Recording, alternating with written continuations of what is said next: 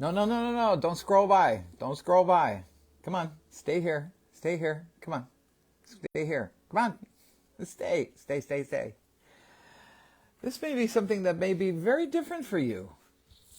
I know a lot of you were in the watch list or whatever, and there's lots of things to look at, but stick around for a little while. Learn a little bit. My name is Joe Morris, and the name of my site on Facebook is Answers Heaven Speaks. Answers Heaven Speaks. My daughter is a clairvoyant, clear channel, clairvoyant. And I do the story of Jesus over the course of about an hour. And it's been an ongoing story. But at the very end, my daughter comes on and she does channeling. So you should stick around. You should stick around and learn this. Especially if you're one of those curious people out there that just don't know what's going on in the world. Things are crazy. You've been brought up in the church, everything very dogmatic, everything's been shoved down your throat, and you really don't want to be involved in that at all. And gee, what the heck, who is Jesus anyway? But stick around. Come on, stick around, stick around, stick around. This is all very, very interesting stuff. And I'm just not your everyday internet preacher, because I'm not a preacher. I'm a storyteller. Again, my name is Joe Morris. This is Answers Heaven Speaks.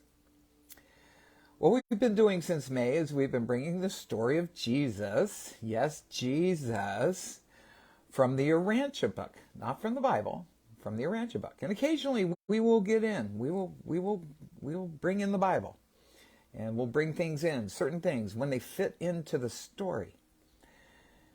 And the Urantia book is a channel book that occurred in the 1930s, in the infancy of tape recording. And there was a psychologist in Chicago, and he had a client that came in. Well, he had lots of clients, and his clients would come in. He would tape record. This is really new stuff. He would tape record their sessions, and occasionally he would put people under hypnosis to get to the core reason for why they were there, whether they were there because of drug addiction, alcohol addiction, sex addiction, whatever. And so they would try to get to the core reason for people feeling that way and doing the things that they did and didn't want to do those things. When all of a sudden somebody comes in, and we all assume that it's Edgar Cayce. Edgar Cayce, look it up, Google it. Edgar Cayce was called the Sleeping Prophet. Very well known. Very, very well known in the 30s and the 40s, 20s, 30s, 40s.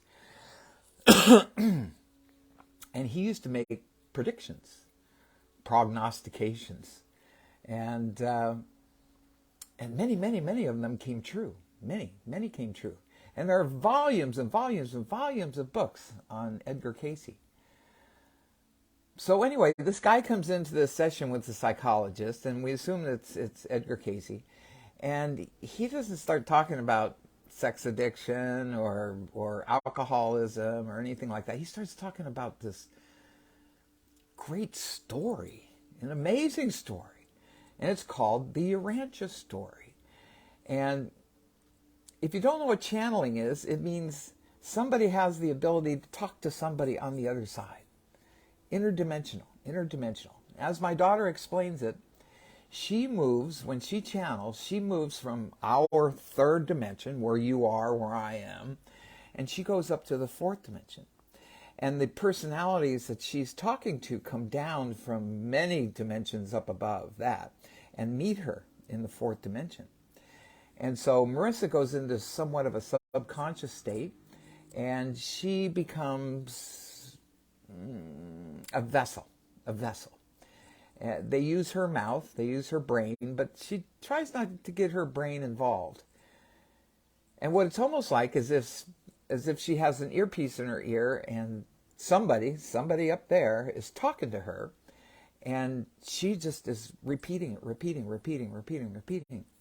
If you haven't had a chance, go back to, just go to Answers Heaven Speaks, tap on videos, and you'll see our ongoing stories. And especially go back to yesterday's channeling. She came in a little bit after the 1 hour mark. The day before, and the day before, and the day before. They're all very, very interesting because she channels universe personalities. So it's different. This is different. This isn't me reading something from one of Paul's epistles in the Bible as some kind of an inspirational thing for you. This is a story. This is an ongoing story. And we started with Jesus' birth. And from his birth through his early childhood, and then his teenage years, his 20s, and now he's in his 30s. And we've gotten to a point. I think I just swallowed a fly. Aye. We've gotten to a point in the story with Jesus where things are really going crazy because he's coming to the point where he's going to get arrested. And we all know that he gets arrested. If you went to Bible school or you went to Sunday school or church, you know that Jesus gets arrested. And then he's scourged, and then he's crucified, and then he resurrects. But there's so much in between. He's got all these apostles and disciples, and he teaches them. And he teaches them far, far greater in this Urantia book than what you're going to get in the scriptures, in the Bible. And as we spoke yesterday, we were talking about how I'm blown away that there are so many teenagers that are following the story. So we asked Jesus yesterday in session, after we got done, why are there so many teenagers following this story, especially from this old guy on the internet? And Jesus said, because teenagers are curious. They're curious. And isn't that so true?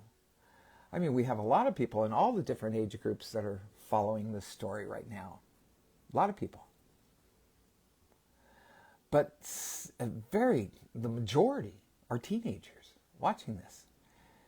And the majority of them are coming from South America, South Africa, Israel, Greenland, Taiwan,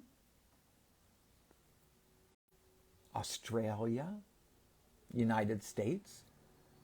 Don't get anybody from Canada. Get some from Israel, but we don't get anybody from France, the United Kingdom, Sweden, Norway, Finland. Just nada. They're not interested. But the world's a crazy place right now. And in the channeling a few days ago, I can't remember who it was. I think it was Sophia, who was like the personality of the Holy Spirit. Came in and said, this is a very old planet. This is an old planet. Yes, Earth is an old planet. And many civilizations have lived on this Earth over the course of 4.5 billion years. I mean, just think about how long that is. That's 4,500 million. 4,500 million years. And when we think of like 1 million, just 1 million, 1 million is a lot. And our historical texts only go back 6,000 years. That is like a blink in time. And we try to glean what happened, why are we who we are, and where'd we come from, and who built all these strange things like pyramids and temples and all these other things when we don't even have the technology today to replicate those. We can build huge skyscrapers to the sky. But we can't move massive, multi-ton blocks and make them fit like puzzle pieces. We don't have that ability. So how did they do it so long ago? So we're all curious. Who are we? Where'd we come from? Who are all those old civilizations? How'd they do what they did? What were their ideas of God? I don't know. What's your idea of God? Do you even believe? I was reading in the internet here recently how so many people, they just think it's a fairy tale. They think that God's a fairy tale. They think the Bible's a fairy tale. They think all the olden texts are just fairy tales. Some of them probably are. The Iliad, Homer, from ancient Greece. We don't know. Those books come from well beyond even Aristotle. Aristotle was 400 years before Christ. 400 years before Jesus came along. So all the elites in that time were really into the philosophy of the philosophers of the old ancient Greek days. And that would have been Aristotle. We know about Socrates, Plato. But what about the Bible? What about the Bible?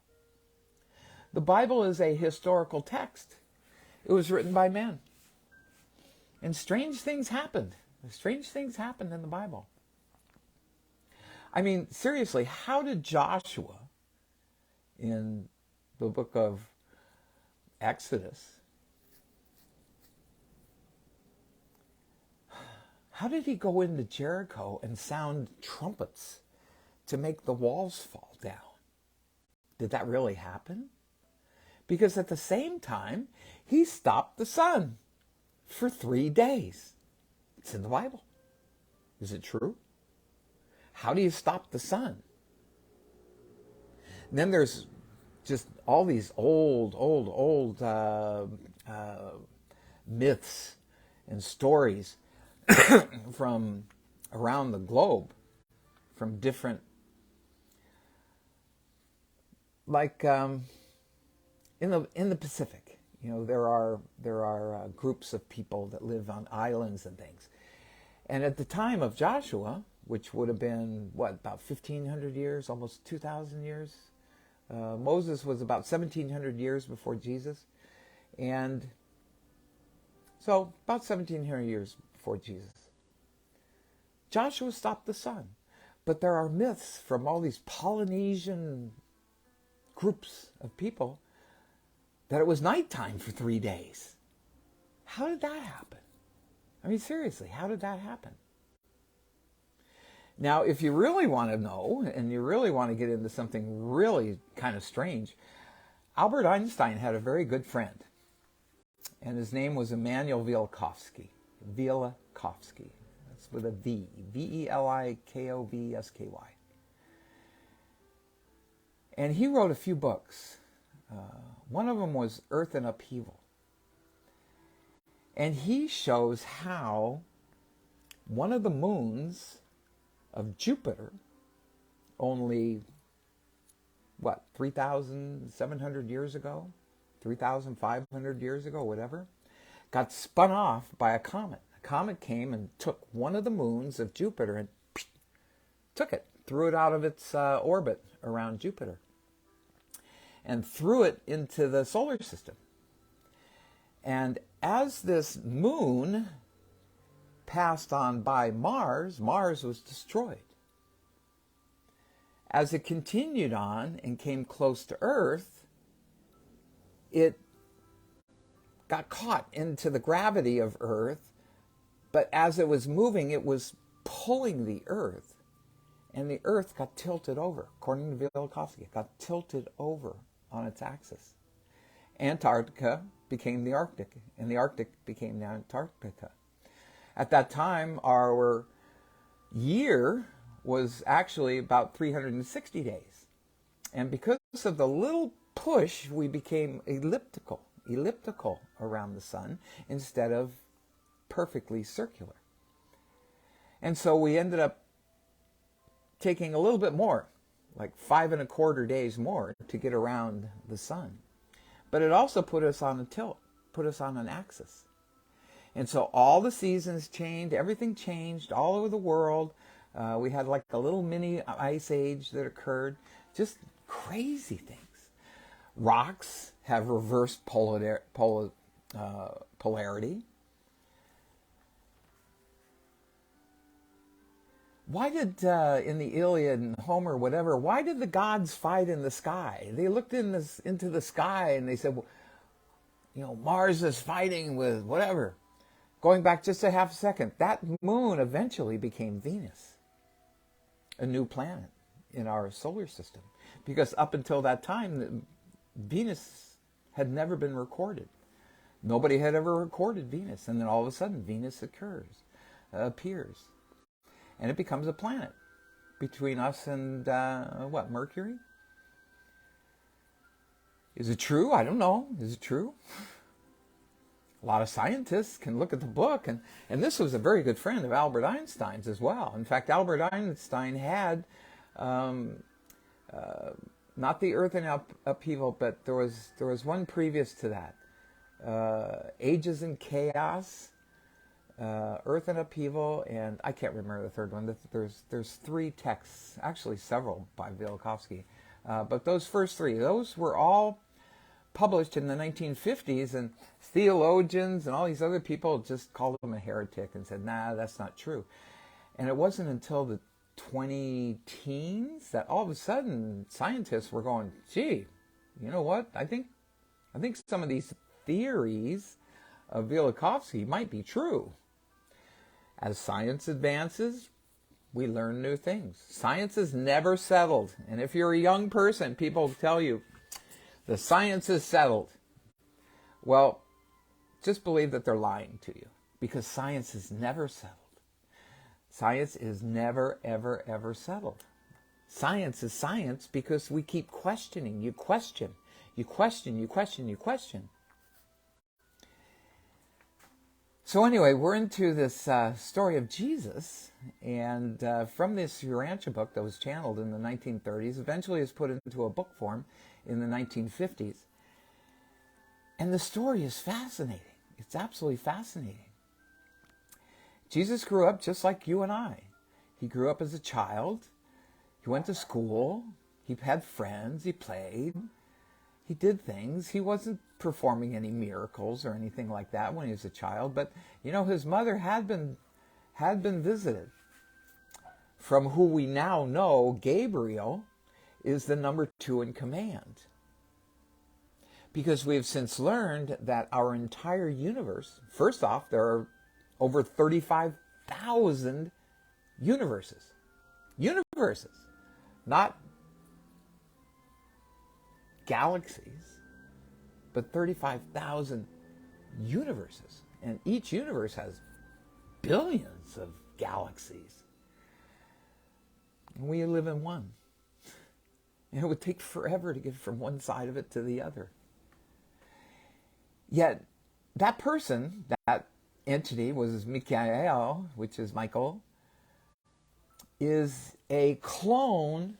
Think of what Bible school, in Sunday school, you learned about God is 3 in 1, right? They always say God is 3 in 1. He is the Father, He is the Holy Spirit, and He's this eternal Son. So those three make one. So the eternal Son clones, the original eternal Son, clones a piece of himself and creates a Michael. And each Michael then gets to create their own universe. And we had Michael, our Michael, created our universe, and that Michael created lots of personalities within the universe. Think about that. Think about that. He created the angels. He created all kinds of different personalities. But one of the big deals about that, him creating that universe, was he didn't get to have sovereignty.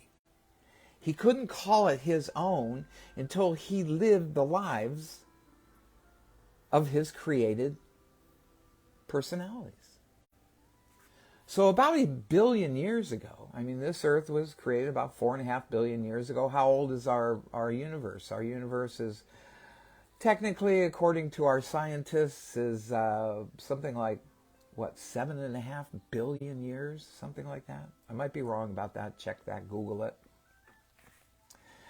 So our Michael created our universe 7.5 billion years ago. Our Earth was formed about 4.5 million years ago. It was probably very hot, it was molten and just everything, but eventually it cooled. And then he created all these personalities to run the universe, because we're not alone. There's a lot of planets out there that have life forms that can have souls. You have a soul, I have a soul, your parents have souls, everybody has souls. That's a piece of the eternal, a piece of God. So he created this universe, and then he had to incarnate into those personalities and live those personality lives to eventually become the sovereign of his universe. My dogs go crazy every day I do my show, my dogs go crazy. Probably because universe personalities come in to watch. They watch to see if what we're doing is the right thing, and the right thing, we're saying the right thing. Poppy. Hang on a second. So about 1 billion years ago, Michael became... Hang on a second. Poppy! My dogs. Now he's barking at me. Yep. Sorry, folks. Ay.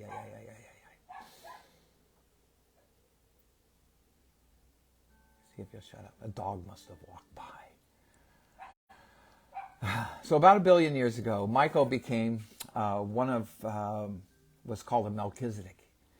He wasn't the father Melchizedek. There is a father Melchizedek, but he became a part of the Melchizedek order, and that was his first incarnation. Then he went and he became incarnated as like an angel. He became incarnated as a spirit. He even incarnated at one point and became one of the Uversa members. And Uversa is the very center of all. Take those 35,000 universes and break them up into 7. And there are 7 super universes, and they all one there, just like a clock. And right in the middle is Uversa, and that's where the Father lives, and the Eternal Son, and the Holy Spirit.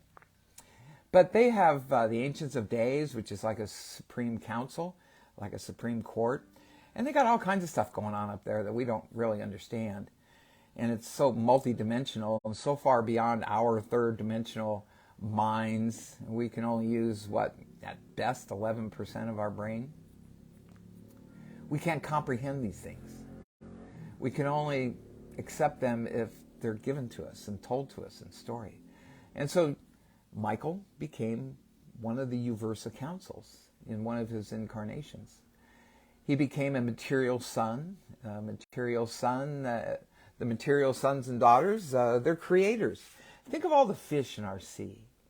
Do you think they just evolved from one little amoeba, one little cell, to become all the different types of fish and everything? No. We have material sons and daughters from somewhere up there that create all these things. And they bring them into earth, and they bring them into the water, and they learn to exist, and then they expand and grow and whatever. And every year we find new species of this, that, and the other. And he became a material son for a while. But he had 7 incarnations he had to perform. And his very last one was to be a human being. He had to be like you and me. So his spirit, the creator of our entire universe, had to become a human being and live the life, because it wasn't necessarily the human beings that he created. Yes, he was part of the creation of human beings, but the material sons were involved in that. Think of Adam and Eve. But what happened when they created these human beings with semi-intelligence, they used those as vessels to put souls into. Souls are created, and they live everywhere. They live all over the universe. There are souls everywhere. And they can live in various dimensions, lots of different dimensions. But they, like Michael, they need to experience levels 1, 2, 3, 4, 5, 6, 7, and 8. They need to live all those dimensions. And right now we are in the third dimension. So we have souls, millions. Well, we just went over 8 billion people. We have over 8 billion souls living on the earth right now. And each one of them is here for a reason. Every single soul is here for an experience. And what's really goofy about living on this earth as opposed to maybe some other planet somewhere else where human beings may look like lizards, we don't know. As long as they've got some intelligence that they can take in a soul to live within them. The souls, so many souls want to come down here to Earth because we are a dualistic planet.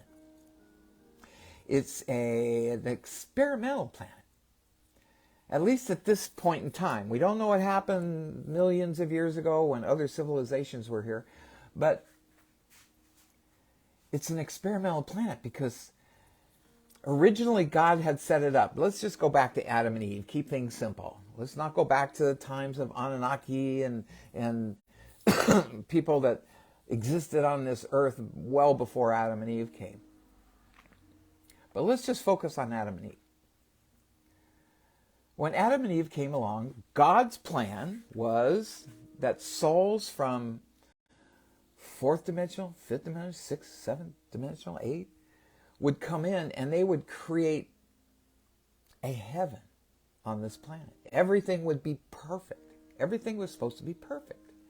Everybody was supposed to love each other, and there was no such thing as hate or anger or jealousy. None of that stuff. It was supposed to be a perfect planet.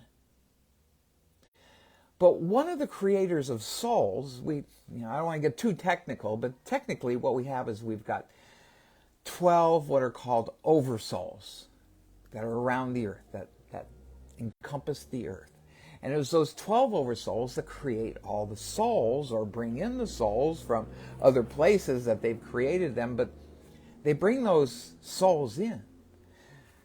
So it always goes back to just the 12 oversouls. The oversouls have children, other souls. And they use those souls to live inside our bodies. Well, one of those oversouls was kind of a sneaky guy. He decided he just said, well, I can be God too. But he just had malintent. He just had bad intent. We call him Lucifer, Satan, devil, whatever you might want to call him, Beelzebub, lots of names for this dastardly oversoul who's just, that close to God. And so he took over Earth. He said, this is my planet. This is going to be my planet. I'm going to run it my way. God said, no. You can't do that. And then God eventually caused a flood and wiped out everything. Wiped out everything except for a very small group of people, starting with Noah. Now, our history books say that there might have been some other survivors as well, but it's now turning into myths and things, and it's passed down from generation to generation to generation to generation. But we'll focus back in on Noah. So God got really pissed. Said, no. You're not gonna do that. But Lucifer continued to exist, and so as people multiplied, Lucifer was doing his thing. And souls from up above go, wow, that would be really challenging if I came down to earth and lived in a human being. I'd be real curious to see what kind of experiences I'll experience. So all of us, you, me, every one of you out there, everybody, your neighbor, people around the world, all of them. Yes, they're people. But inside them lives a soul. A soul that's here to try to get the human to find God. But Lucifer, On the other hand, he's got like all these evil spirits and everything, and there's a big long story on how that exists, and that all came from the flood as well. But we've gotten into that before. But there's a lot of evil spirits that live on this earth. They're destined and condemned to only to the earth. They cannot get any energy from God. They can only get energy from your soul, your body. So when you're taken over by evil, they're just sucking all that energy out of you so they can continue on and continue on. So we live in a very, very challenging world right now that we chose, you chose, believe it or not, you chose to come and live on this earth at this time. You came here to learn something, to experience something. And we all have, as well, we have a spirit of God that lives within us, lives in our brain. Some say he lives down here in our heart, but he lives in our brain. Think of him as like a CD. And all he's doing is recording. Everything you do is recorded. It's going on that CD up there. But also up there, in that spirit that lives within you, is a plan that was devised before the soul ever came down to earth and lived within you. And they chose you. The souls chose you. Chose your parents. Chose when you were going to be born. Chose whether you were going to be a native in Africa, lives in the jungles for that experience, or maybe living as a Chinese or Japanese, or living in America or Canada, Australia, whatever. They chose. They chose. This is where I want to go. And when I'm there, I want to be a rock star. I'm going to try and get my human being to be very, very popular. And let's see how that human handles it. Or I'm just going to be a blacksmith. I'm going to hammer on horseshoes. Whatever. But it isn't what we do in this physical life. Yes, it has a lot to do with it. But our souls are trying to do two things. Gather experience. And also to get you to connect with God. They want you to connect with the Father. Connect with that spirit that's within you. And God gave you free will. You can do whatever you want. You can choose to never, never, ever, ever think of God. Never think of anything. But it's a great gift if you can connect with the Father. Because once you do connect with that spirit that lives within you, you don't know any of this. We don't know any of this. This could be fantasy land. This could be just a novel, what I'm talking about. I could be talking total BS. But Marisa channels. She channels these spirits, universe personalities, and we learn a lot from them. We really do. And that's why I like the Urantia book, because the Urantia book is a channeled book. And the person who channeled, let's say Edgar Casey, he channels what we call midwayers. Midwayers are something between souls and angels. They're eternal. And they're like electricity and like beams of light, but they do have some personality. But they're also like, every word that has ever been recorded in their presence is recorded, just like a recording. So when they are channeled, they give us the actual story. They tell us what people say, what they used to say, when it happened. And the Bible can't do that. The Bible just didn't have that ability. They had their real life stories, but they had to compress it all. So our Creator, Michael, came down to be a little baby. Jesus. Actually, it's Yeshua. Yeshua or Joshua in those days. They called him Joshua or Yeshua, Ben Joseph. We anglicized his name into Jesus. I don't know when that actually happened. Maybe in the Dark Ages or something. Christians from the northern hinterlands of the United Kingdom that really didn't exist, or Sweden or Finland or Norway or whatever. Maybe even Spain or France. Who knows? Somebody changed it to Jesus. when they started compiling the books. Maybe even in the time of Constantine.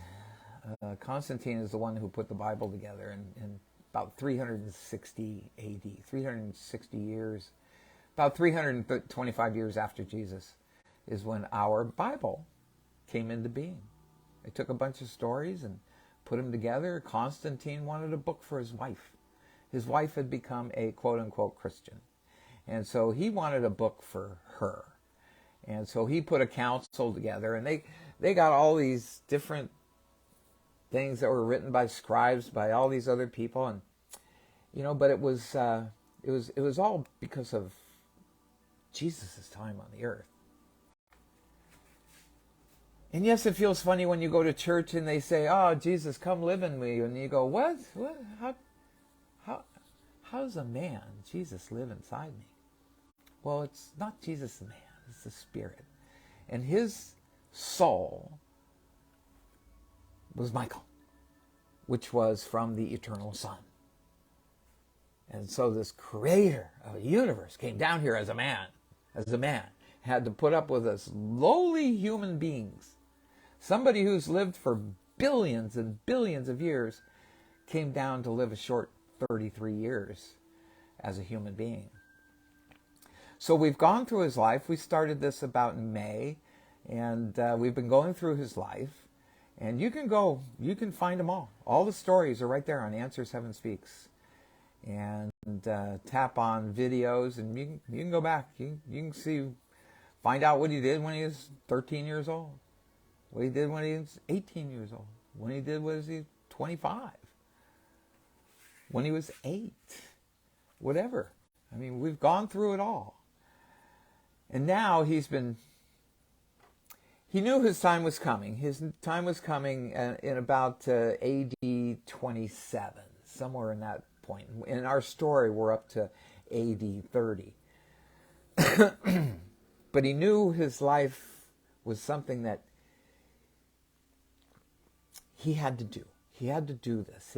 He was only doing the Father's will. He only came down here and said, "I'm only going to do the Father's will." Well, how do you do the Father's will? Seriously. How do you do the Father's will? And we've since found out that in order to do the Father's will means to give your will away. Say, "Okay, Father, take my will, that your will be done." And then bingo, the computer's turned on, the chip in the head is turned on, everything's turned on, and believe it or not, we all have a team. We've got this big team. We got angels that surround us. We got soul family members. We got the Holy Spirit that can live within us. Just ask for him to be within you. You've already got the Spirit of God that lives in you. You don't know it. We don't know it. You can't see it. You can't probe it. You can't have an MRI done and say, "Oh, there's the Father. See that little spot in the brain? Yeah, that's the Father." No. It doesn't work that way. Maybe you have faith. You just say, "Okay, all right, okay, I'll accept that." But most people around the world right now don't accept it. They don't. Even religious people, they don't accept it. Many religious people do their religion out of fear. Fear of their family, fear of their community. They get down on their prayer rugs because they're forced to, not because they want to. They repeat prayers that God never listens to because they're repeated. God doesn't listen to repeated prayers. He listens to what comes out of your heart. And as Mary told us a couple days ago in session that Marisa channeled, she said, we hear all the prayers. In fact, we not only hear all the prayers, we hear the prayers before they're even spoken. Think about that. They hear our prayers before we even speak them. So we're living in this strange place in a very, very strange time. We're inhabited by spirits, by a soul. I call my soul Big Joe. I go, "Okay, Big Joe, what are we going to do today? Hey, I freely give you my will today. Take me where I'm supposed to go." That is doing the will of the Father. And that's what Jesus was down here for, Yeshua ben Joseph. He was here to do the will of the Father, and that was it. In fact, in part of the story, he went up on Mount Hebron. That's over in Palestine. It's also when he confronted Lucifer, the devil. The devil offered him all the kingdoms of the world. Said, okay, here you go, Jesus. I give you all the kingdoms of the world, and you can rule over them right now. You can do whatever you want. I'm not even going to interfere. You just do whatever you want to do. And Jesus said to him, Satan, get behind me. Now, how can you give anything away unless you own it? Lucifer owns it. He owns the earth. Sort of on loan. God allows him to do what he's doing. He's being judged right now by the Ancients of Days, the Supreme Court up there in Uversa.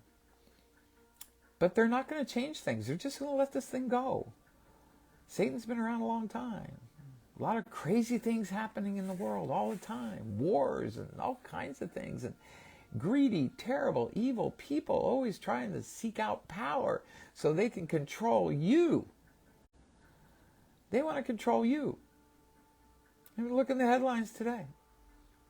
You look at the news. Actually, don't bother, because as Jesus said, or as Jesus said in our session, I think it was yesterday, he came in and Marisa was channeling Jesus, and Jesus said the Antichrist is fear and anger. Because if you have fear and anger, you have no armor of God protecting you. None. We like to call it a snow globe. If you ask for the Father's will to be done in your life, you're automatically going to be protected by his armor. He's going to protect you. He's going to keep the evil spirits from invading your mind, invading your heart, invading your soul. But all you got to do is have a little fear and a little anger, and boy, oh boy, push! All of a sudden there's a crack. There's a crack in the armor. And here they come. You can't see them. You can't physically feel them. But they come in. And they mess with your head. They mess with your mind. They want you to think negative things. And that is the Antichrist. The Antichrist is fear, loathing, anger, jealousy, greed. All the things that Lucifer goes, happy, happy, happy. Yay, let's make all the people mad, angry, fearful. Let's make them all scared. Let's go inhabit all these people that think that they're going to have power in this temporal life, in our secular life. Let's go invade them, and let's make them scare all the people.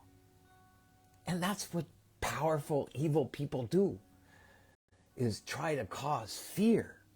Fear, fear, fear, fear, fear. We just went through this, but it's not going to stop. You think they're happy with just one pandemic? Heck no.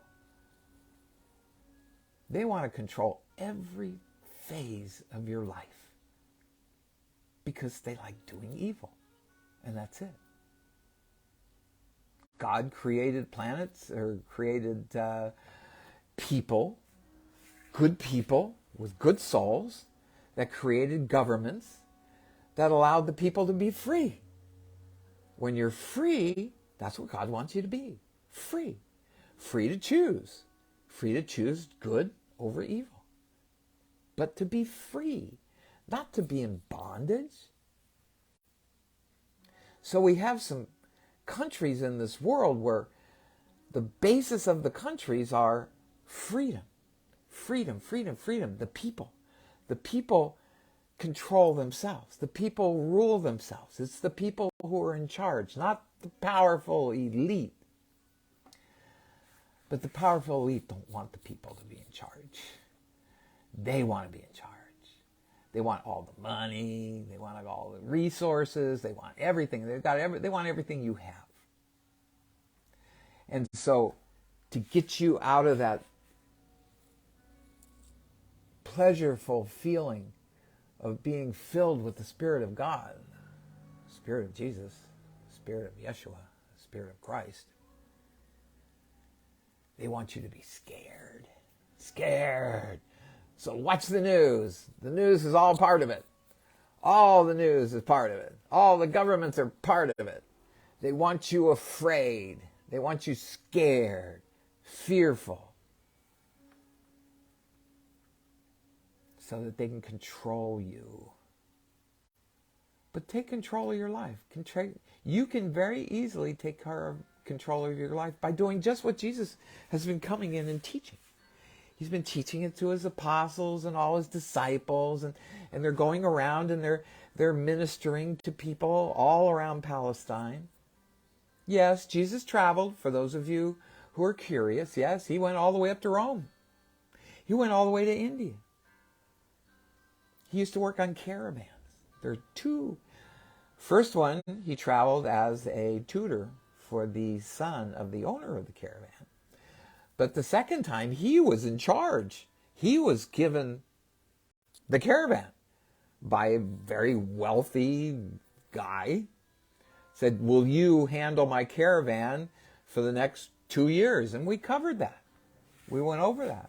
And he went to many places. In that second caravan, he went to all these places as a carpenter, and as a boat builder, as a tanner, as just different things. He would never go in and say, my name is Yeshua ben Joseph. He'd go, no, I'm the tanner from Bethsaida, or I'm the boat builder from Capernaum, or I am a carpenter from Nazareth. And then he'd go out and minister. He wasn't baptized yet. He wasn't basically reborn yet by John the Baptist at this point in his life. He was in his mid to late 20s, but he had it. He had it. He knew it. It was there. He just wasn't quite sure either. His mother said he was special, but what does that mean? Your mom tells you you're special. My mom told me I'm special, even though I got 3 other brothers. So he knew there was something a little bit different about him, but he wasn't quite sure yet, because he had not yet been exposed like my daughter can see the other side. He could not yet see the other side, but something within him knew that he needed to teach, and teach something different. Teach the will of the Father, the kingdom of heaven, the kingdom of God. And so he went around to all these places. Just look in the New Testament at all the different places that Paul went to. Jesus went there first. And he met with these groups of people. And by the time Paul came, Paul would meet with those people, and Paul would go, gee, I wonder who that was that came here and taught you, because nobody knew. The apostles didn't know. Nobody knew that he had gone off on all these tours and all these trips. But now we've gotten to the point in his life that the Jewish authority, the Sanhedrin, hates him. They just hate him. Because people are following him with this new thought process, this thing called the kingdom of heaven. And the Jews wanted all those rules. They loved their rules. They were so dogmatic. They had come up with 613, it might be 631, I can't remember the exact number, 613 rules that are in the old scriptures, the Torah, Genesis, Exodus, Leviticus, Numbers, Deuteronomy. Those were the books that Moses put together, and you'll find all the rules, all the rules. So for about 1,700 years, the Jews had continued to just preach these same rules. Rules. Laws. They just kind of forgot that there was a 10 Commandments. But they just added on another 603 rules on top of that. And here Jesus comes along. He says, no, I only got two rules. Two rules. That's it. Love God with all your heart and soul, and treat your neighbor as yourself. Simple as that. Love your neighbor. If you love yourself, love your neighbor. Loving yourself can be a hard thing to do too. And Jesus wants us to love ourselves. He also says, first thing you should do is forgive yourself, because we're all stupid. We all did stupid things. We all do stupid things every day. We don't follow God's rules every day. We just do whatever we do. Sometimes we lie. Sometimes we cheat. Sometimes we do things that we know God doesn't like too much. But treat your neighbor as yourself. You would not punch yourself in the face. You would not steal from yourself, give it away, and go, oh, somebody stole that from me. Treat your neighbor as yourself and love God with all your heart and soul, which means let your Father do the will for you. And the Jews didn't like that. They did not like that. So they want to arrest him and they want to kill him. Now, previously, you have to go back, a few sessions here, and Jesus, maybe a week of lessons, maybe a week, 2 weeks, I don't know. They're all coming together now. Jesus had raised Lazarus from the dead, so they really feared Lazarus too, because they couldn't just kill Jesus and then leave Lazarus hanging around, because Lazarus would be the example of Jesus, and they want him gone, just gone. They don't like him at all. The Sanhedrin have an arrest warrant out for him. And the Sanhedrin are made up of all these elites. All the elites. Buttoned up clothes and their headdresses and everything. They're just so smart. And the Sanhedrin is made up of Sadducees and Pharisees. Sadducees, Pharisees. There's 70 of them. And the Sadducees make up the majority. And the Sadducees, they don't even believe in heaven. They don't believe in an afterlife. This was a Jewish law. You're supposed to do good until you end up in a box in the ground. And then they think, maybe, some thousands of years ago, you'll get raised from that grave at that time. That's what they believed. And Jesus is saying, no, your life can be eternal. This is just one step in your life. They didn't like that. The Pharisees, on the other hand, the Sadducees didn't even believe in angels. That's why they killed all the prophets. They killed all the prophets. In the Old Testament, the last third of the Old Testament is all the books of the prophets. Isaiah, Daniel, Jeremiah, Ezekiel. Those were all prophets. And they killed them. And then they memorialized them after they killed them. They went, that was a prophet. Oh, okay. They were trying to tell us something. Well, oops, we didn't mean to kill you. And then another one comes along and they go, they whack him. And then they go, oops, maybe we shouldn't have done that. Well, they're doing the same thing to Jesus. Many thought he was just a prophet. But he wasn't. He was the creator of our entire universe. So now we're at the point where Jesus has been traveling a lot. He's been traveling a lot with his apostles and teaching in parables and things like that. But now he knows it's time. He needs to go in. It's Passover time. And I talked about, for those of you who don't know what Passover is, I'll go very quickly, because I said it yesterday. In the olden days, when there was bondage, when the Jews were under bondage by the Pharaoh of Egypt, Moses had basically put a curse on the Pharaoh and all the people of Egypt, and it was a curse that was given to him by God. And he said, on this night, all the firstborn children are going to die. All the firstborn children. Everybody, including the Jews. But the Jews, if they put a mark I think it was with red paint. I think it might have been blood. I don't know what it was, but they put a mark. I think that's why Jews put that ashes on their head. I'm not sure. I'm not Jewish. But they put a mark over their front door.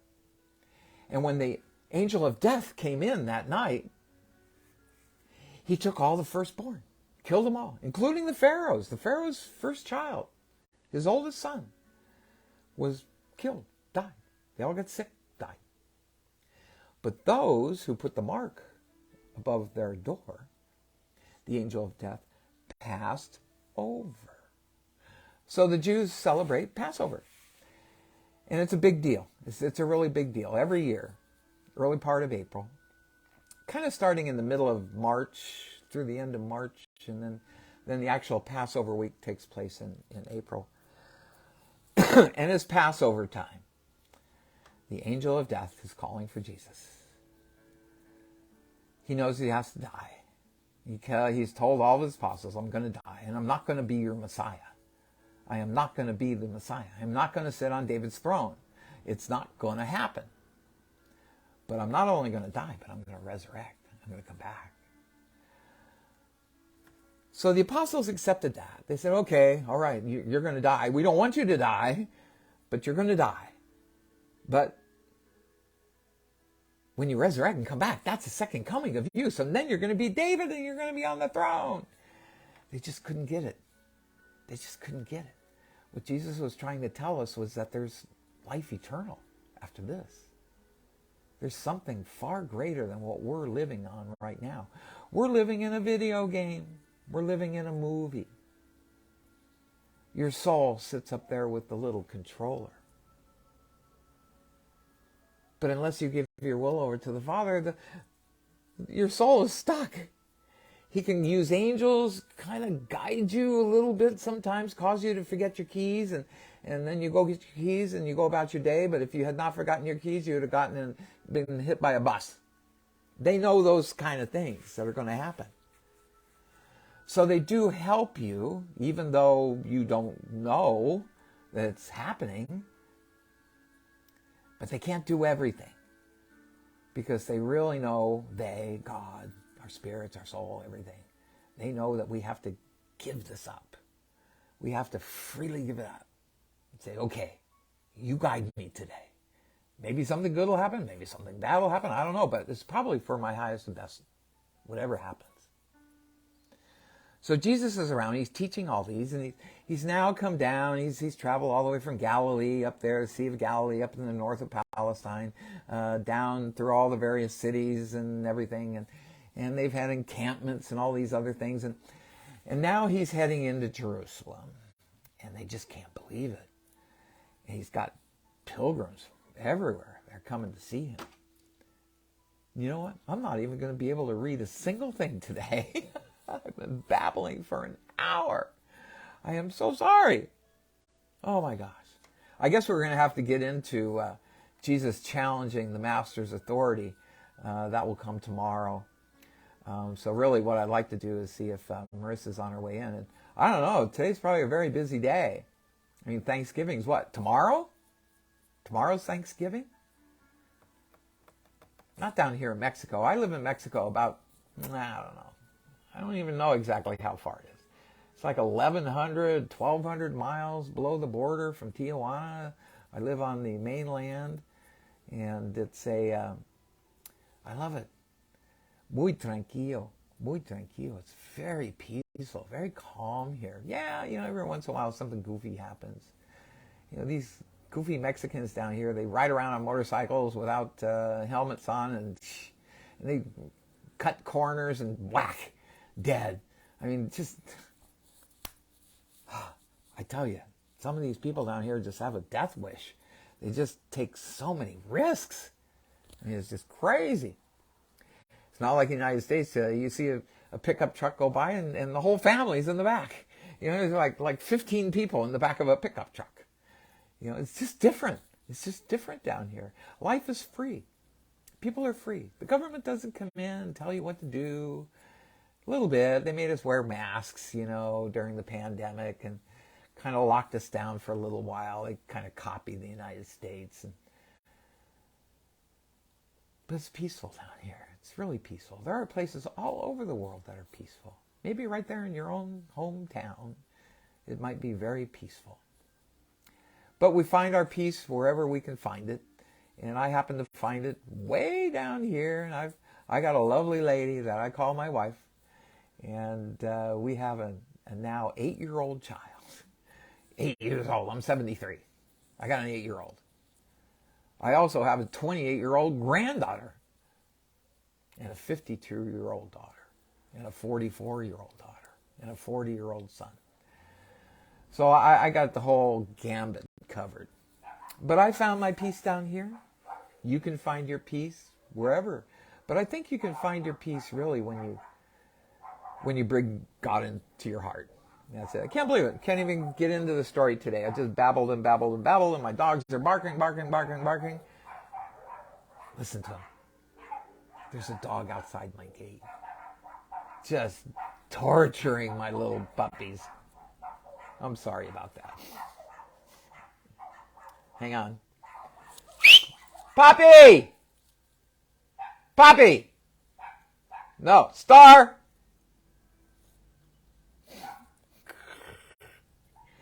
So anyway, tomorrow's Thanksgiving. I hope everybody has a fabulous day tomorrow. For all you in the United States, all you people who fall in South America, that means nothing. Just like down here in Mexico. Tomorrow's just going to be another day. I'm probably going to get green paint all over my hands again tomorrow. I got just do a lot of stuff down here. You know, just keep yourself going. Get a little more sun on my face, my big forehead. So anyway, there's probably a lot of people traveling around. I see a red dot, so that may mean Marisa. Marisa, are you going to join us? I think she is. Let's see. Hopefully I don't hit the wrong dot. Let's see. Is that Marisa? I think so. What Marisa has to say. We didn't even do anything with Jesus today. I don't have anything to really ask Marisa when she does come in. Can you believe it? I didn't even read a single thing. I just babbled and babbled and bloviated for a whole hour. Well, I guess you needed to talk to somebody. I don't know. So there must be somebody out there that might have got a nugget out of that. But you know, we're in the story of Jesus, and I can't just say, okay, he's in the temple now, and this is what happens. Yeah. There are people out there that come and go, and they don't know where we are in the story, so I have to recap. But the story's getting really long now. It takes me forever to recap. Where we're at the point where I can't even go any farther in the story because it's all recap. And that's it. Why don't you do a 20-minute recap at the beginning, and then people can pop on and know that you're going to read the story then, and then we channel afterwards. Well, you know me. I just talk all the time. Yeah, that's the guy. I mean, I thought I was talking for 20 minutes, and it turned out to be an hour. Oh, I know. I do that all the time. But then I go, oh, my God, I've had you for 6 hours on the table. Because I'll be feeling on somebody, and I'll be like, oh, my gosh, it's been 6 hours. And they'll be like, oh, whoa, I feel like it's only been 20 minutes because there's no time. Time doesn't exist. Yeah, well, I was listening to Ask Jesus today. And oh, cool. The book is that's one of our books. It's really, really good. I was on I think it was chapter 5 or something, and it was like time doesn't exist. And I mean, the guides did a really good job at describing really complicated stuff that I have a hard time describing right now myself. Like about like time not existing and, stuff like that. It's like, it's really good. I wish that,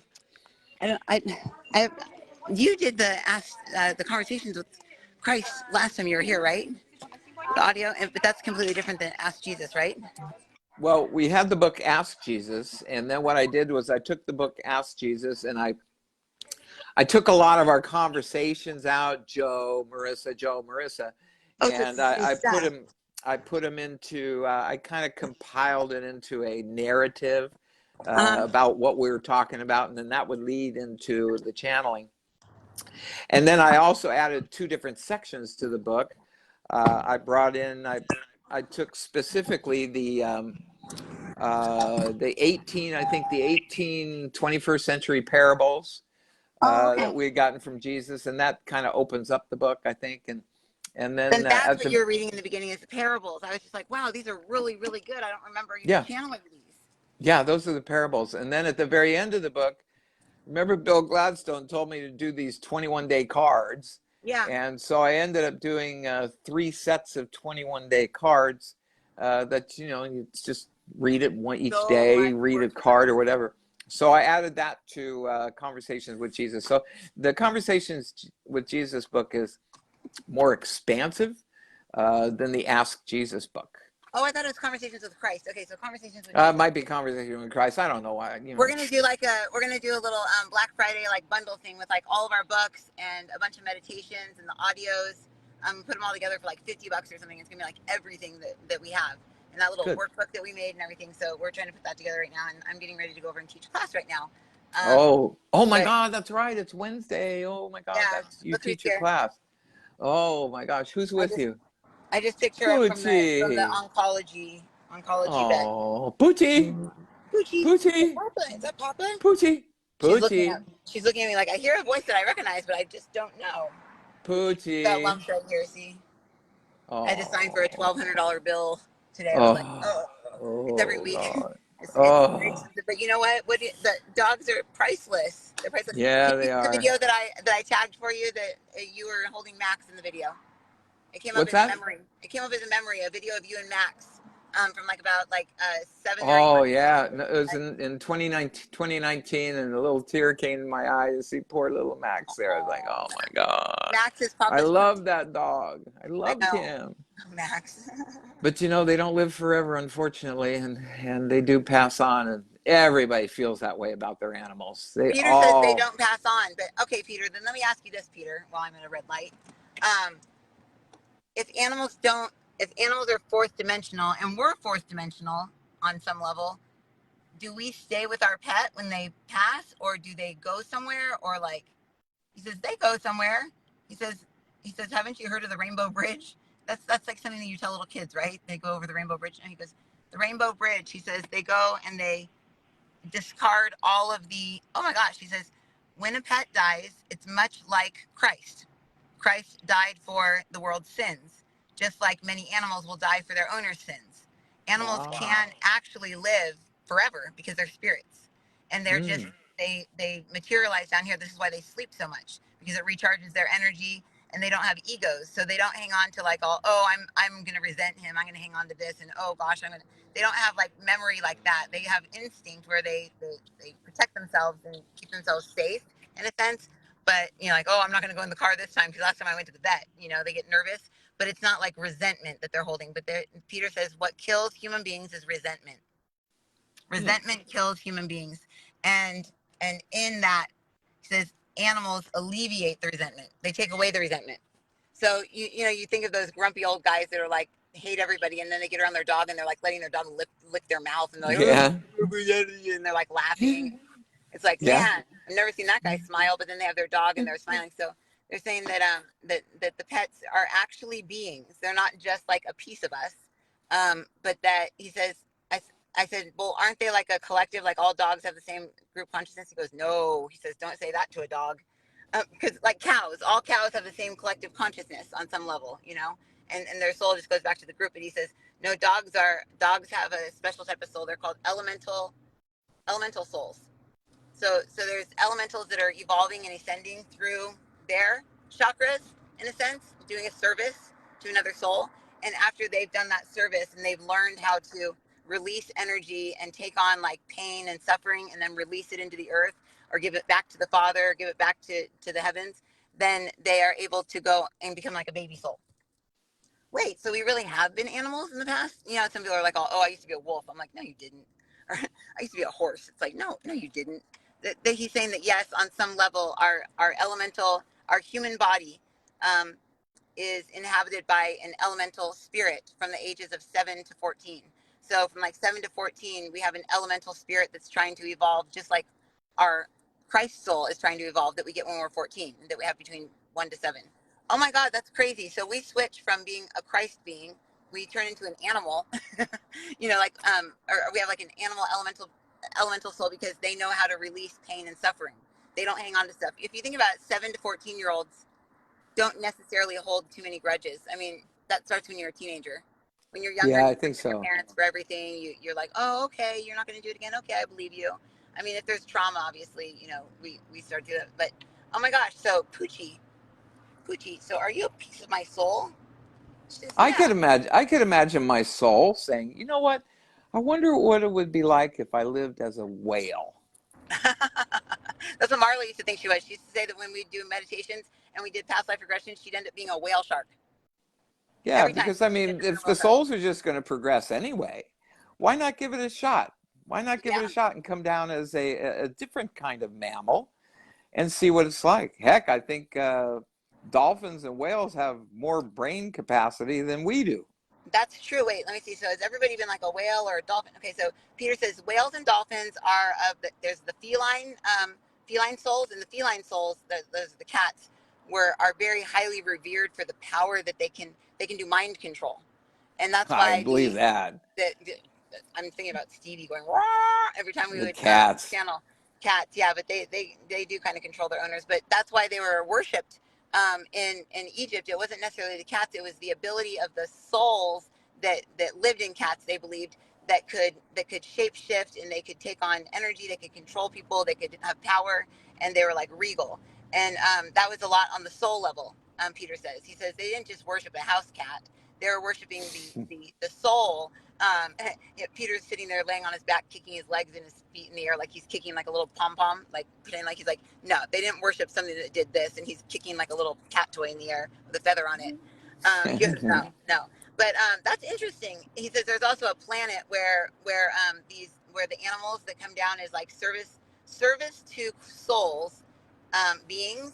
They want to ascend and they want to become not necessarily become human, but the consciousness that lives inside of them needs to be there for a certain amount of time before it can evolve into something else. But it's not all animals. It's just certain pets. Not all pets have like a service to um, soul in them. Interesting.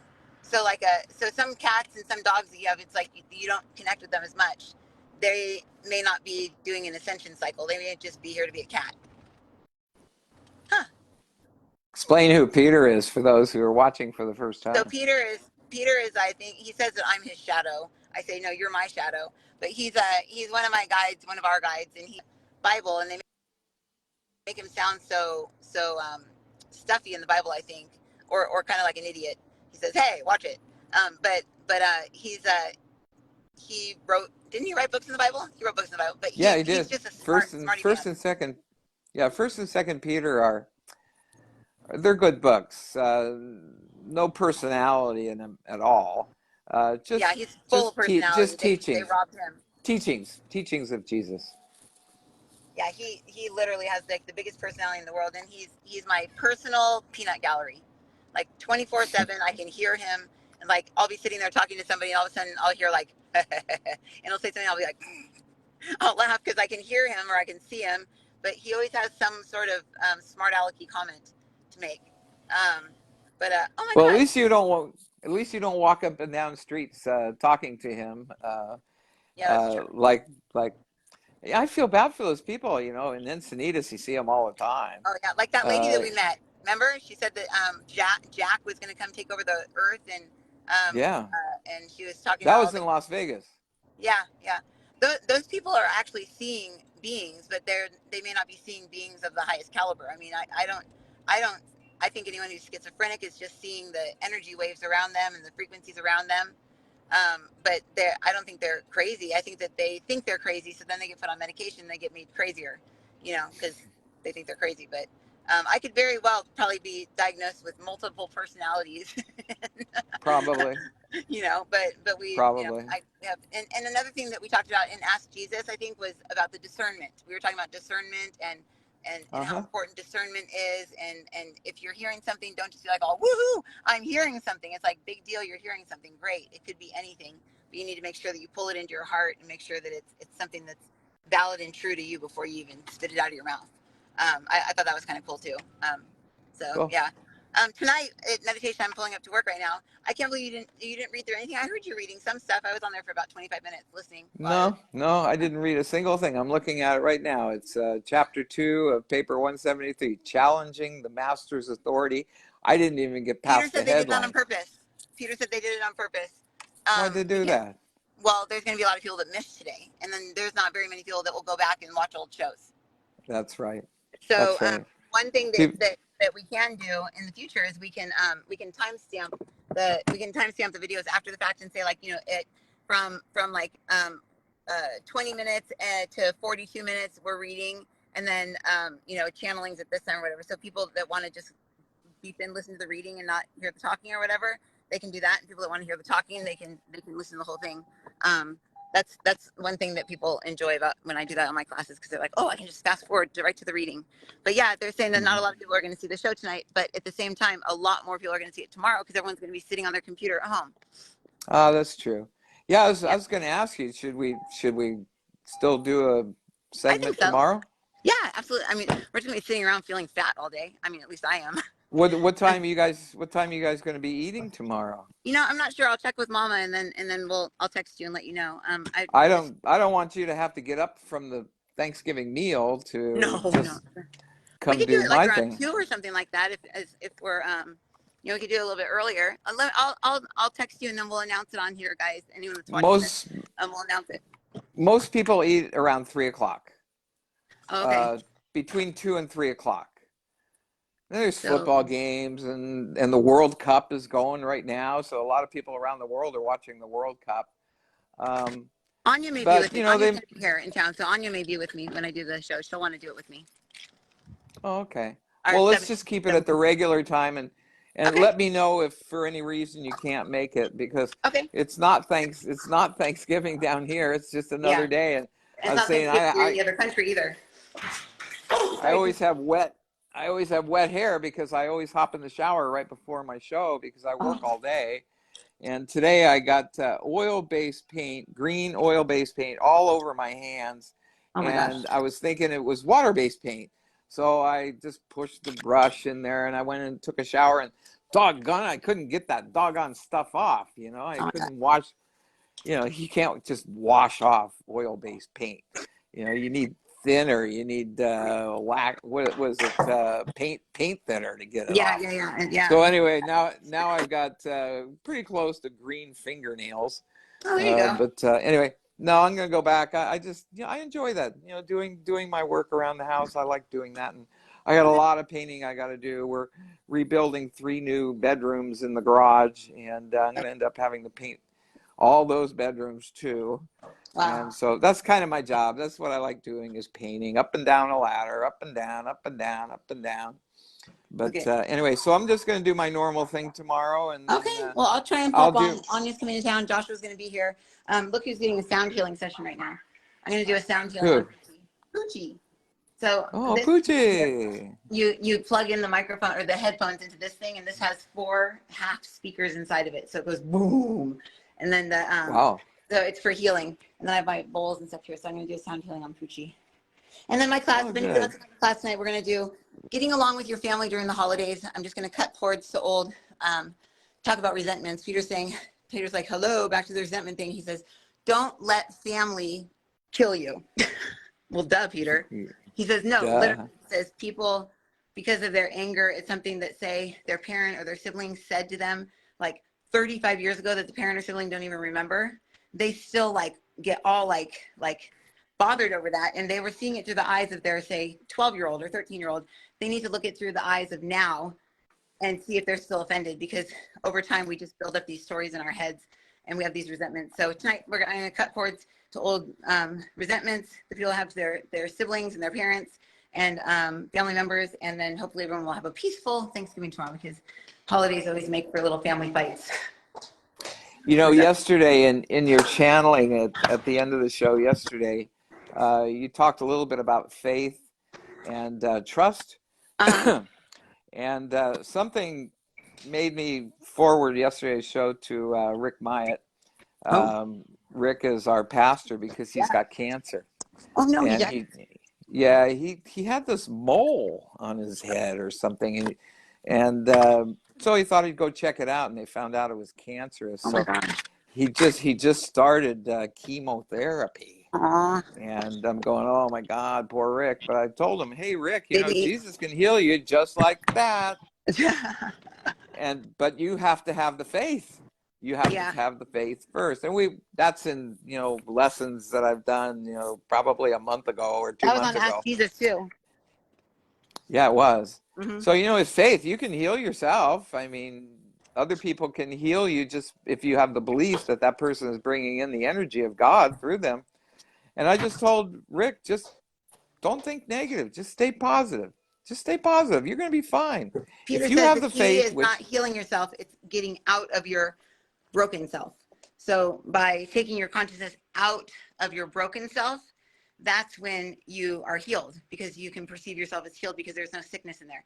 You don't carry around resentment and anger in your Christ body, in your Jesus body, basically, and like, your ascended body. You carry it around in your pain body, in your lower bodies. So when you're depressed and sad and sick, it's because you're dwelling down in the past, or you're worrying about the future. So people that worry about the future and think about the past a lot are prone to getting sick easier. And because your soul stays in the present moment, it just keeps on like steamrolling forward, the soul. But if you're thinking future, then your soul kind of leaves without you. So that's autoimmune. Autoimmune is where the soul has gotten so far away from your consciousness that your human's like, which one do I connect with, my consciousness or my soul? I don't know which one. And you kind of become two beings. And cancer too. Cancer is like one being. You don't know that there's two beings there, but there is. And interesting. I didn't know that's what cancer was. So Poochie, are you split? Do you not know what to choose? I want to figure out this cancer thing with Poochie. I want to heal her. But yeah, if anyone wants to come to meditation tonight, don't let money not, you know, allow you to come. If you need a scholarship or whatever, we have money on Patreon that we use towards scholarships for anyone that needs to come to class that can't afford it. That's what all the money for Patreon is. People donate money each month to prepay their classes, and then we take the money and we give it back to students and stuff like that, and pay for operating expenses and stuff like that. But give your social media contact information. It's yes, patreon.com. It's patreon.com, and that's /discovering intuition. But the easiest way to get me is to just go to discoverintuition.com, and there's all the social media links on there, and there's the Patreon page, and I've got a little Netflix site that I'm creating, or that's created, but I'm adding me and my dad's stuff on there as we speak. And yeah, so that's it. Poochie. I forgot to take you over to Grandma and Grandpa's. I got to take her over to Joni Lane's. I just realized. Okay, well, I better run so I can take Poochie okay. home before my class starts. Yeah, okay, everyone. Sorry about no reading, and sorry about no channel. Oh, I did channel. I channeled a some. little bit of channeling there today. Oh, they said with the pet, what you can do is if you're feeling like low in life and you're feeling like, oh, I shouldn't get a pet because that takes too much responsibility, or I don't want to get a pet because, you try to talk yourself out of getting a pet, but you keep feeling like you need to get one. So you keep talking yourself out. You may have something that a pet needs to come in and like take on for you that you may not have even experienced yet. So sometimes when we need a pet, or we're like, oh, I need to get like 5 cats and 2 dogs. Sometimes that means that maybe we're going to be taking on energy from other people, or going through something ourselves, and we're needing those animals to take stuff on for us. And it doesn't hurt them. They just keep taking it on and letting it go into the earth. But after a certain time, it does affect them after a certain amount of time. But hopefully them coming in raises our vibration and it heals us. So, Poochie, who are you taking on? Let's look at her. She's hiding down there. I don't know if you can see her. Poochie. She's trying. That's wow. Jeff. Okay. Okay, I better let you go. Yeah, Jeff's calling.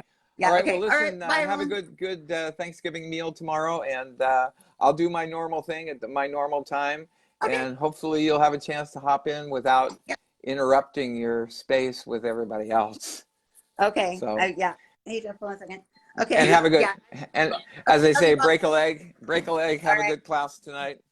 Okay, bye. Love you. All Bye, right, everyone. bye. Love you too. Okay. All right, see you soon. Okay, folks, Joe Morris, Answers Heaven Speaks. We got a little bit in there from Marisa today. She did a little channeling with Peter. We love Peter. We just love Peter. He's got a big nose, apparently, according to Marisa from a couple days ago. But he's, as we've seen, he was very close to Jesus. He was always with Jesus. He was with him all the time. Him and James and John, they're with Jesus all the time. And Peter is probably most well known because, Peter really established the church in Rome, and he ended up dying on a cross. We won't get into that, I don't think, in our story here. But he ended up dying on a cross himself. But he refused to be crucified the way Jesus was and preferred to be upside down. But Peter is he's with us. He's with us all the time. I'm not going to use the word clown because that's the word that Judas used to describe Jesus. He was so ashamed of Jesus, and that's part of our story. Peter's he's just a good-hearted guy. He's a good-hearted guy. 2,000 years old, but his spirit, he's a good-hearted guy, and he knows how to deal with Marisa. So they have their little back and forth. So anyway, that's it for today. I guess it was just a recap. I'm going to re-edit what I put in, and we're going to get into parables and all those things today. But one of those things, it takes a while to recap a story, and it ends up taking all the time. So anyway, God bless all of you. For all of you in the United States, have a great Thanksgiving dinner and enjoy your family. Remember what I said yesterday. Return good for bad. Turn good for evil. If somebody wants to start an argument with you, give them a cookie. Say, oh, you want another piece of pie? Just don't get into it. Don't get into it. Just return good for anything bad. Such a shame. Families get together should be a very loving situation, but we all know that doesn't always happen. But have yourself a great Thanksgiving, all you Americans out there. The rest of you, just have a good day tomorrow. Go enjoy the World Cup. Turn on the TV. Watch some good sports right now. And for you football fans, there's probably going to be a couple games on tomorrow, so it should be a very festive day. But down here in Mexico, it's just another day for me. So we'll have the show. Maybe I'll be able to get into some reading tomorrow. Just advance the story just a little bit farther. Right now, Jesus is in the temple square. He's already turned over the money changers' tables and driven all the bullocks and the lambs and everything out of the temple square. And now he's going to start teaching. But those Pharisees, they want to arrest him. They want to arrest him. And Judas is all mixed up. He thinks Jesus is the clown now. So we'll get into the story tomorrow. In the meantime, have yourself a great night tonight. It's Wednesday. And have a great Thursday tomorrow. And if God is so willing, he'll bring me back here again tomorrow. We'll just continue on with the story. My name is Joseph Patrick Morris. Yes, a little bit of Irish in there, but mostly Italian. I'm Italian. And God willing, I'll catch you tomorrow. So have a good night. Talk to you soon.